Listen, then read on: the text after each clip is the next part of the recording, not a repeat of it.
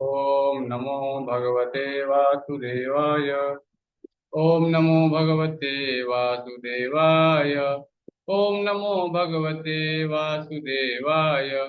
नारायणं नमस्कृत्यं नरं चैव नरोत्तमं देवीं सरस्वतीं व्यासं ततो जयमुदीरये। नष्टप्रायेषु भद्रेषु नित्यं भागवत सेवया भगवदुत्तमश्लोके भक्तिर्भवति नैष्टिके। कृष्णाय वासुदेवाय देवकी नंदनाय च नंदगोपकुमाराय गोविंदाय नमो नमः।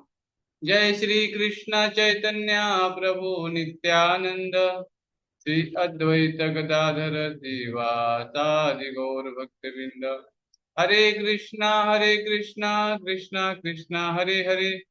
हरे राम राम राम हरे हरे।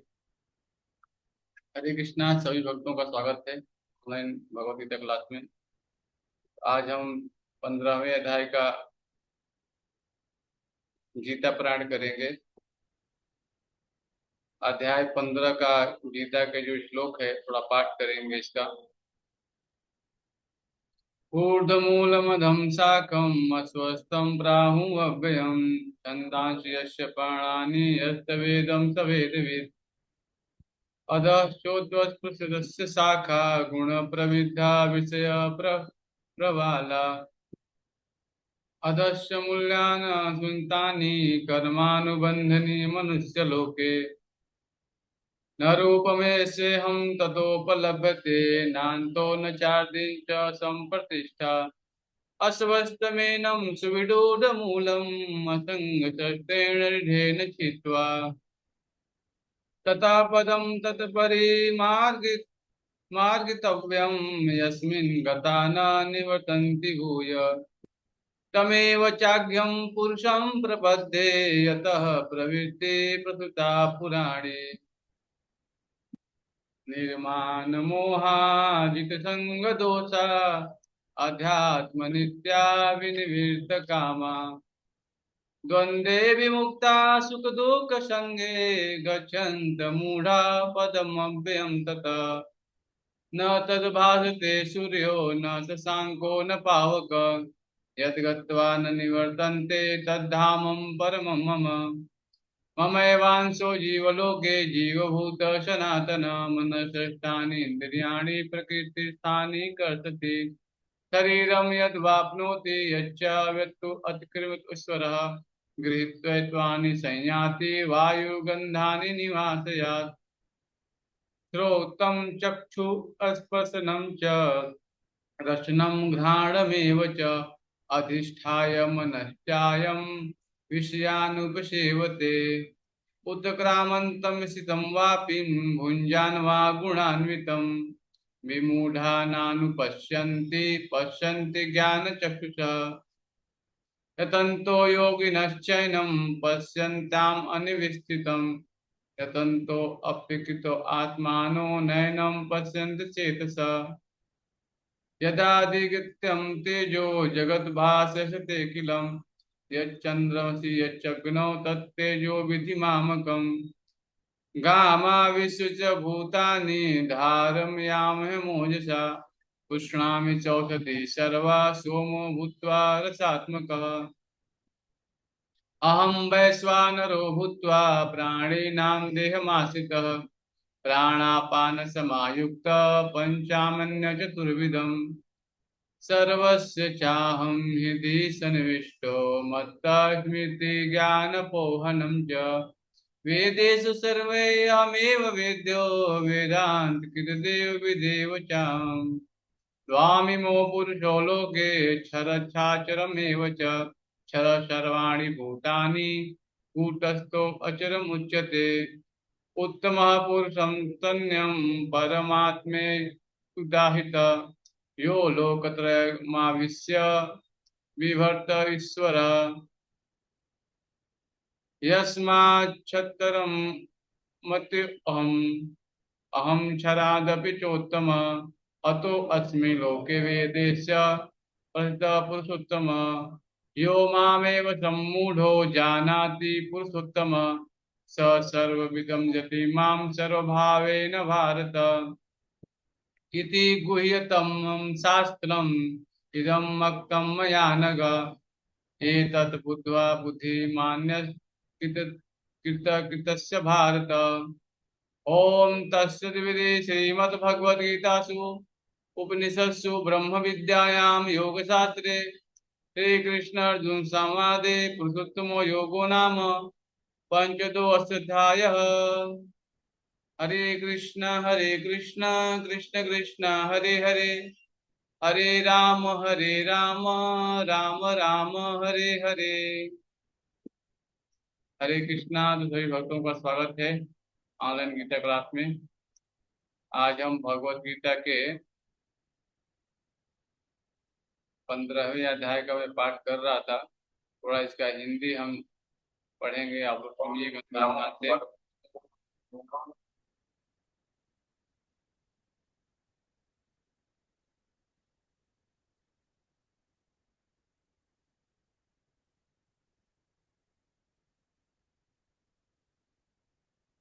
मूलम अधम शाखम अस्वस्थम प्राहुरव्ययम छंदांसि यस्य पर्णानि यस्तं वेदं स वेदवित्। ऊर्ध्वमूलम।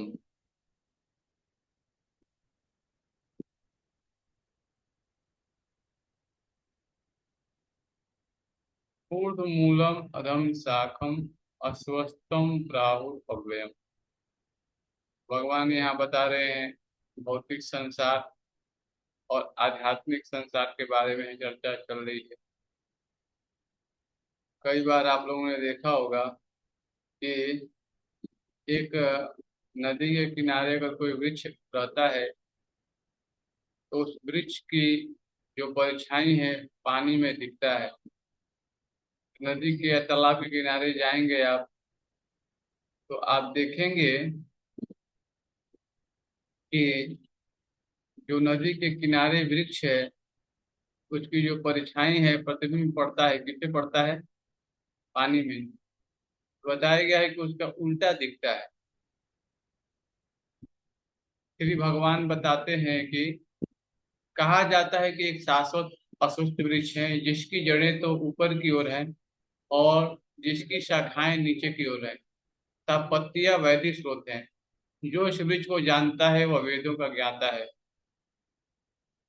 तो बहुत अच्छा से यहाँ पे बताया गया है कि संसार में कि जो वृक्ष है, हाँ, अस्वस्थ वृक्ष के बारे में बताया गया है कि जैसे जड़ ऊपर है तो उल्टा दिखता है। तो भौतिक संसार जो है, हाँ, यहाँ पे उसका आध्यात्मिक जगत का ये प्रतिबिंब है।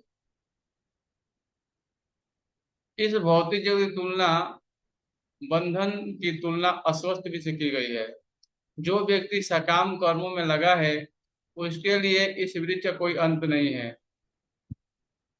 वह एक शाखा से दूसरी में और दूसरी से तीसरी में घूमता रहता है। इस जगत रूपी वृक्ष का कोई अंत नहीं है और जो इस वृक्ष में आसक्त है उसकी मुक्ति की कोई संभावना नहीं है। वैदिक स्रोत तो आत्मोन्नति के लिए हैं। वे ही इस वृक्ष के पत्ते हैं। इस वृक्ष की जड़ें ऊपर की ओर बढ़ती हैं क्योंकि इस वृक्ष ब्रह्मांड के सर्वोच्च लोक से प्रारंभ होती है जहाँ पर ब्रह्मा स्थित है। यदि कोई इस मोह रूपी अविनाशी वृक्ष को समझ लेता है तो इससे बाहर निकल सकता है। तो बताया गया है कि बाहर निकलना बहुत जरूरी है क्योंकि भव बंधन से निकलने की कई विधियां हैं जिसमें भक्ति योग सर्वश्रेष्ठ विधि है।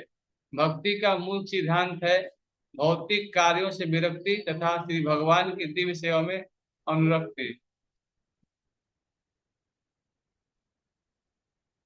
यद्यपि इस संसार में ऐसे वृक्ष की जिसकी शाखाएं नीचे की ओर हो तथा जड़ें ऊपर की ओर हो कोई अनुभव नहीं है, किंतु कुछ बात ऐसी ही है। ऐसा वृक्ष जलाशय के निकट पाया जा सकता है। हम देखते हैं कि जलाशय के तट के उगे वृक्ष का प्रतिबिंब जल पे पड़ता है तो जिस उसकी जड़ें ऊपर की तथा शाखाएं नीचे को दिखती हैं। तो यहाँ बताया गया है कि इस जगत रूपी वृक्ष जो है आध्यात्मिक जगत रूपी वास्तविक वृक्ष का प्रतिबिंब मात्र है।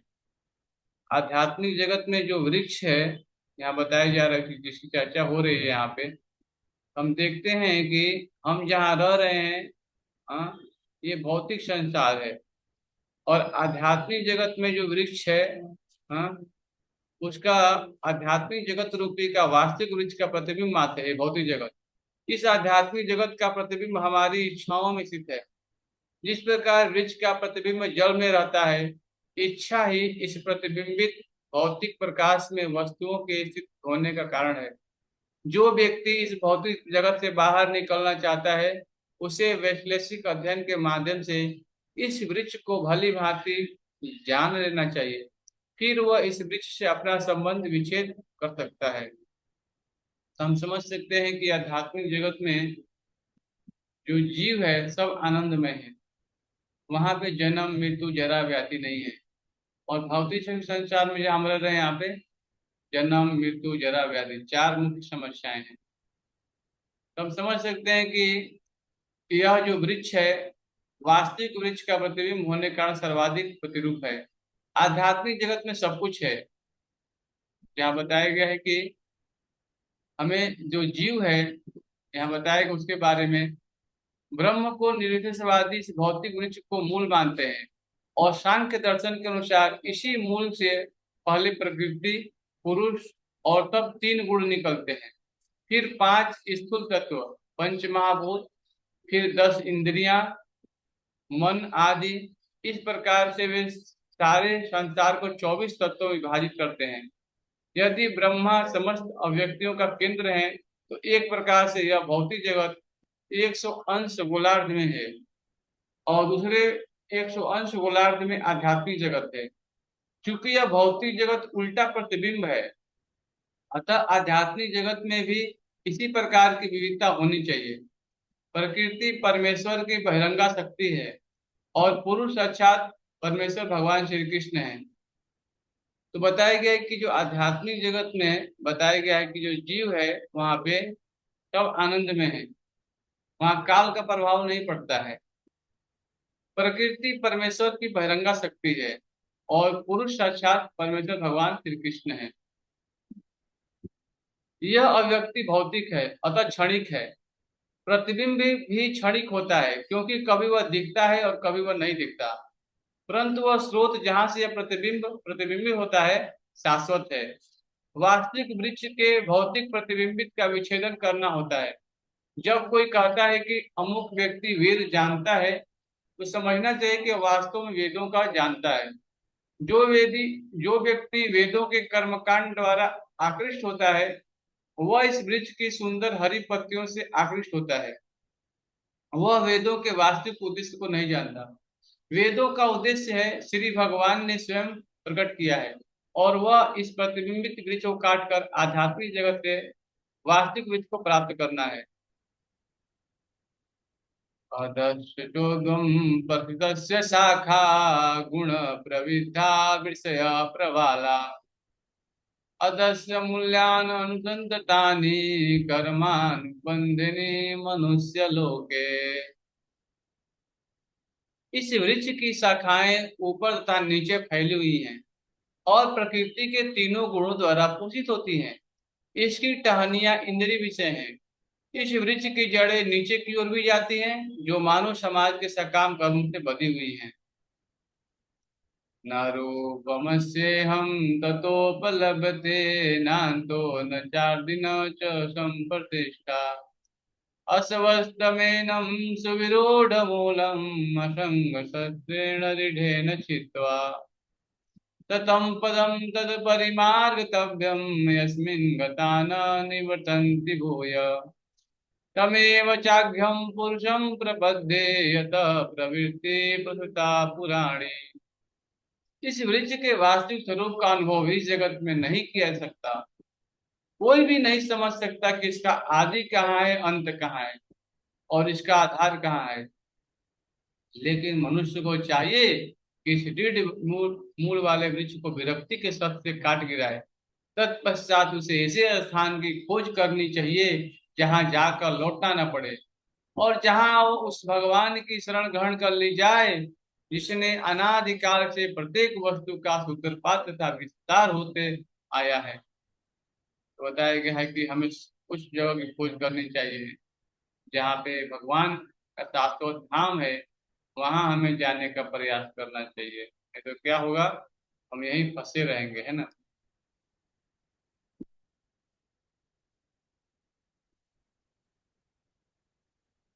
निर्माण मोहाजित संग दोषा अध्यात्म नित्या विनिवेद कामा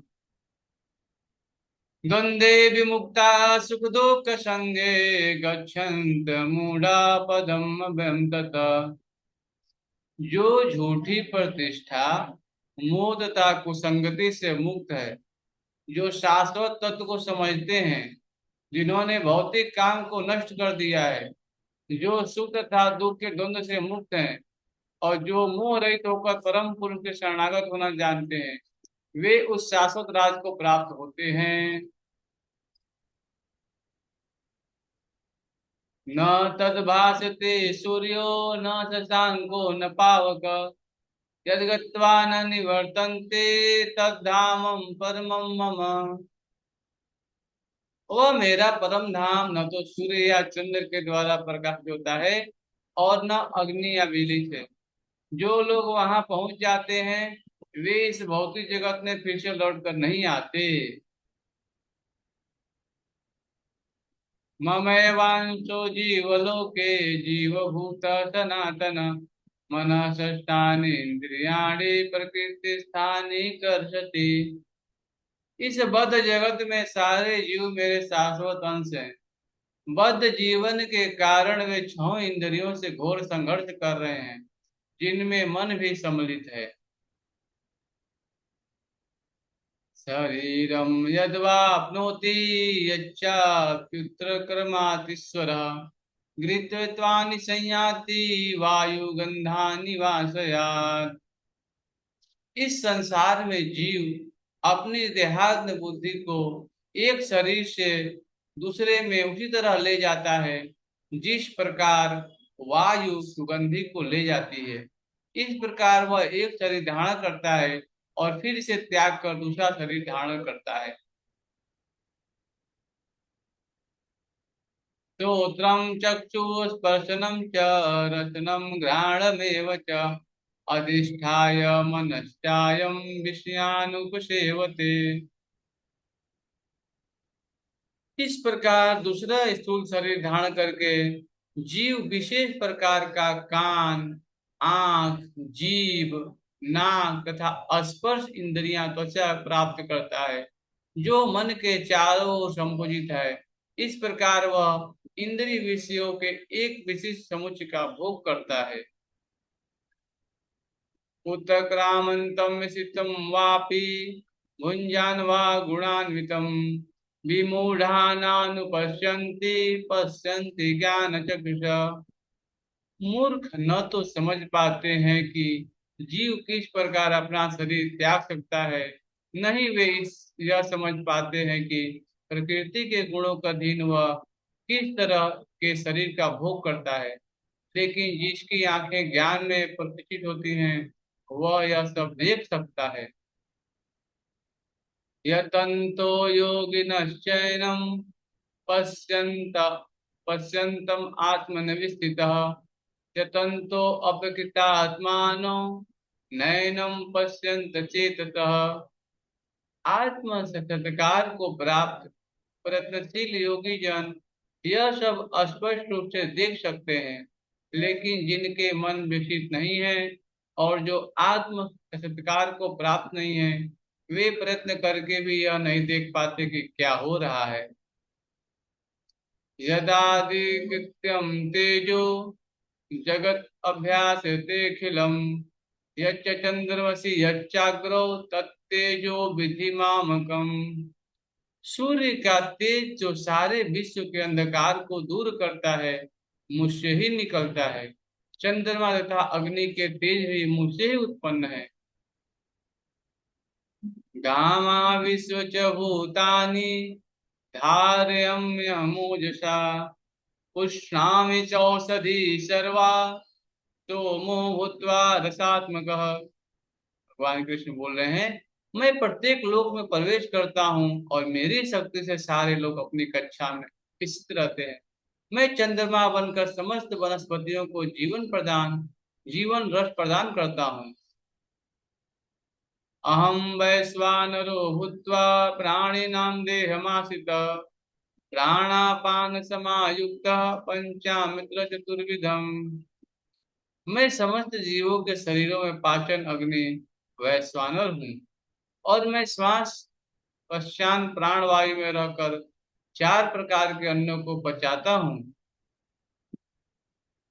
सर्वस्य चाहं हृदि सन्निविष्टो मत्तद्विद्धि ज्ञानपोहनं च। वेदेषु सर्वे अहमेव वेद्यो वेदान्तकृतदेव विदेव चाहम्। मैं प्रत्येक जीव के हृदय में आसीन हूँ और मुझसे ही स्मृति ज्ञान तथा विस्मृति होती है। मैं ही वेदों के द्वारा जानने योग्य हूँ। निसंदेह मैं वेदांत का संकलन करता था समस्त वेदों को जानने वाला हूँ। त्वामिमां पुरुषो लोके क्षरच्छाचरम् एव च क्षर शर्माणि भूतानि कूटस्थो अचरो उच्यते। जीव दो प्रकार के हैं, च्युत तथा अच्युत। भौतिक जगत में प्रत्येक जीव च्युत क्षर होता है और आध्यात्मिक जगत में प्रत्येक जीव अच्युत अक्षर कहलाता है। उत्तम पुरुष तन्यम परमात्मे द्वयुदाहित यो लोकत्रयमाविश्यम बिभर्तव्यम ईश्वर। इन दोनों के अतिरिक्त एक परम पुरुष परमात्मा है जो साक्षात अविनाशी भगवान है और जो तीनों लोकों में प्रवेश करके उनका पालन कर रहा है। यस्मात् क्षरम अतितोहम अहम क्षरादपि चोत्तमः अतो वसी लोके वेदेश्च प्रथितः पुरुषोत्तमः। चूंकि मैं क्षर तथा अक्षर दोनों के परे हूँ और चूंकि मैं श्रेष्ठ हूँ, अतः मैं इस जगत में तथा वेदों में परम पुरुष के रूप में विख्यात हूँ।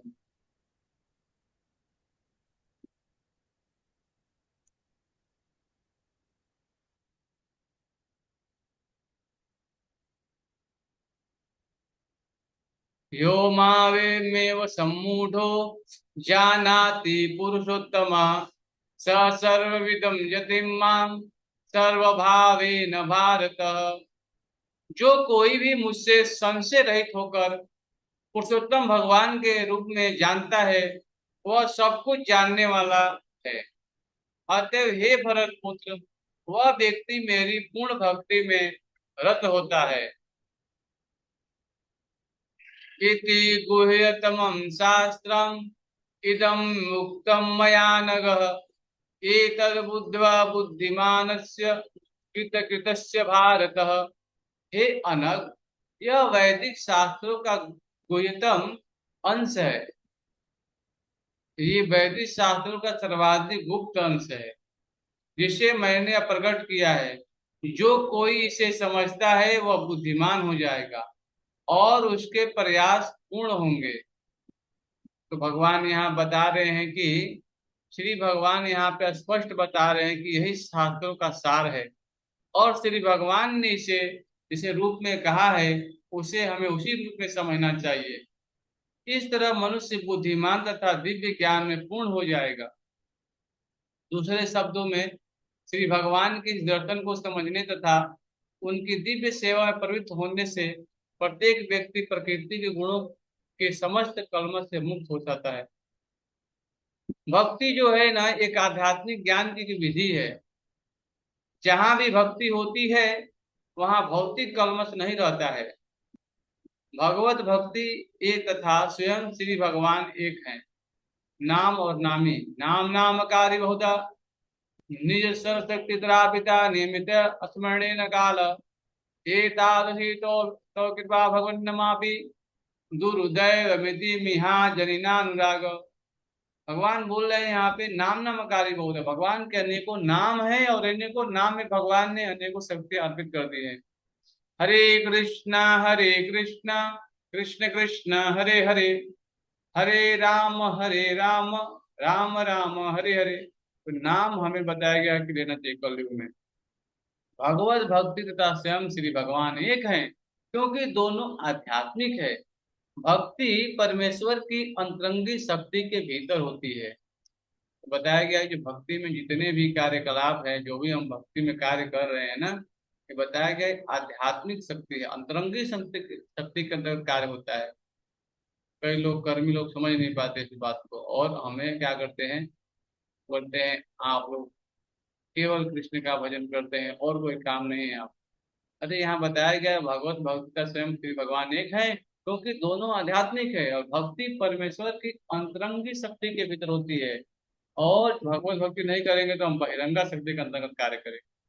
दोनों में अंतर है यहाँ पे। श्री भगवान सूर्य के समान है और अज्ञान अंधकार है। कृष्ण है सूर्य सम, माया है अंधकार। जहाँ कृष्ण नहीं वहां माया का अधिकार, जहाँ कृष्ण रहेंगे वहां माया का अधिकार नहीं। क्यों? क्योंकि श्री भगवान सूर्य के समान है और अज्ञान अंधकार है। जहाँ सूर्य विद्यमान है वहां अंधकार का प्रश्न ही नहीं उठता। अब सूर्य कहेगा चलो मैं अंधकार का दर्शन करूंगा, चलिए बताइए क्या वो अंधकार का दर्शन कर पाएगा? नहीं कर पाएगा, क्योंकि सूर्य जहां भी जाएगा वहां पे तुरंत प्रकाश हो जाएगा। इसीलिए सूर्य के भाग में लिखा ही नहीं है कि वो अंधकार दर्शन करे। तो श्री भगवान सूर्य के समान है और अज्ञान अंधकार है। जहाँ सूर्य विद्यमान है वहां अंधकार का प्रश्न ही नहीं उठता। अतएव जब भी प्रमाणिक गुरु के मार्गदर्शन के अंतर्गत भक्ति की जाती है तो अज्ञान का प्रश्न ही नहीं उठता। प्रत्येक व्यक्ति को समझना चाहिए कि इस कृष्ण भावनाम को ग्रहण करे और बुद्धिमान तथा शुद्ध बनने के लिए भक्ति करे। जब तक कोई श्री कृष्ण को इस प्रकार नहीं समझता और भक्ति में प्रवृत्त नहीं होता है, तब तक सामान्य मनुष्य की दृष्टि में कोई कितना ही बुद्धिमान क्यों न हो, वह पूर्णतया बुद्धिमान नहीं है। जिस अनग शब्द से अर्जुन को संबोधित किया गया है वह सार्थक है। अनग का अर्थ होता है हे निष्पाप। निष्पाप का अर्थ है कि जब तक मनुष्य समस्त पाप कर्मों से मुक्त नहीं हो जाता है तब तक श्री कृष्ण को समझ पाना कठिन है। उसे समस्त पाप कर्मों से मुक्त होना चाहिए, तभी वह समझ सकता है।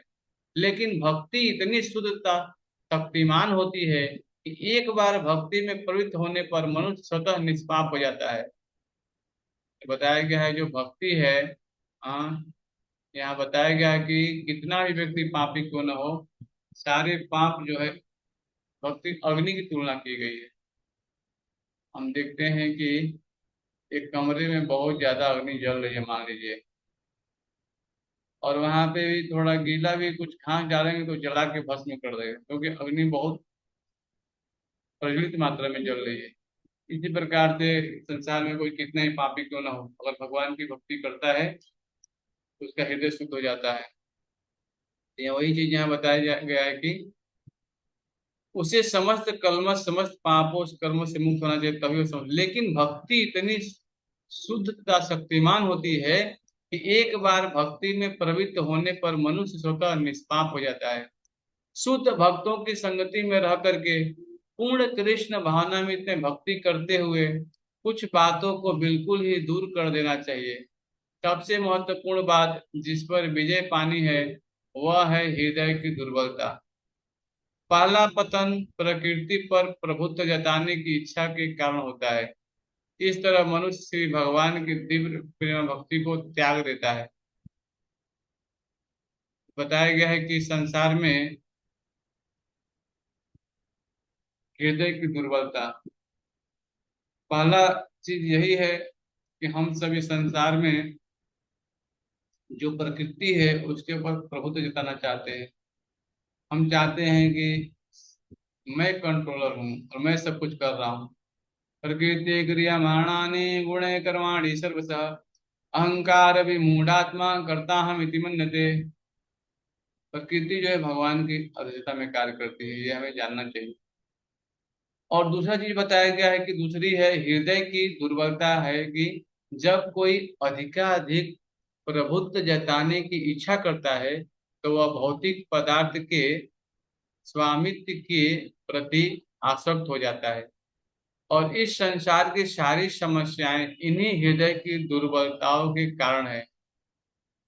तो बताया गया है कि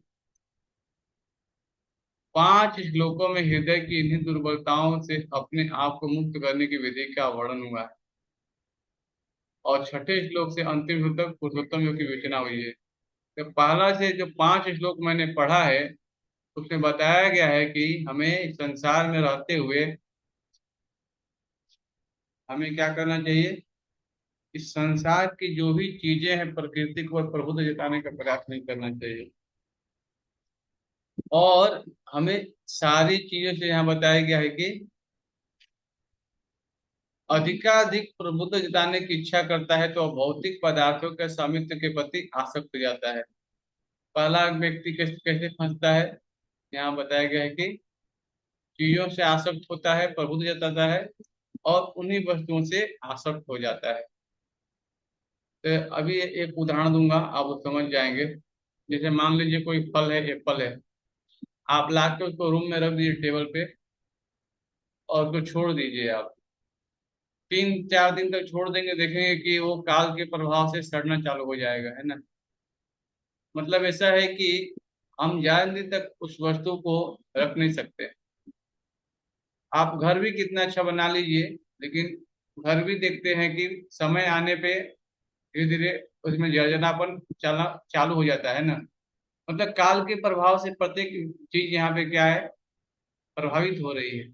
शरीर भी देखिए, बाल्यावस्था से तरुणावस्था, पौगंडावस्था, फिर धीरे धीरे वृद्धावस्था, शरीर में भी क्या हो रहा है, काल के प्रभाव से हमें हमें ये नष्ट हो रहा है धीरे धीरे। तो हम समझ सकते हैं कि संसार में जो भी वस्तु है वो क्षणिक है और आत्मा है वो शाश्वत है।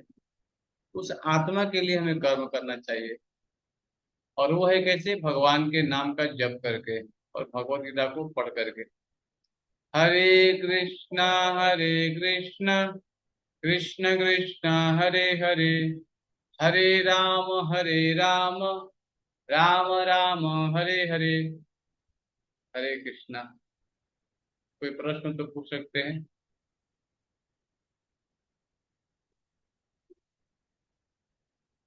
श्री श्री राधा श्याम सुंदर भगवान की जय। जगन्नाथ बलदेव सुभद्रा महारानी की जय। श्री श्री गौर निताई की जय।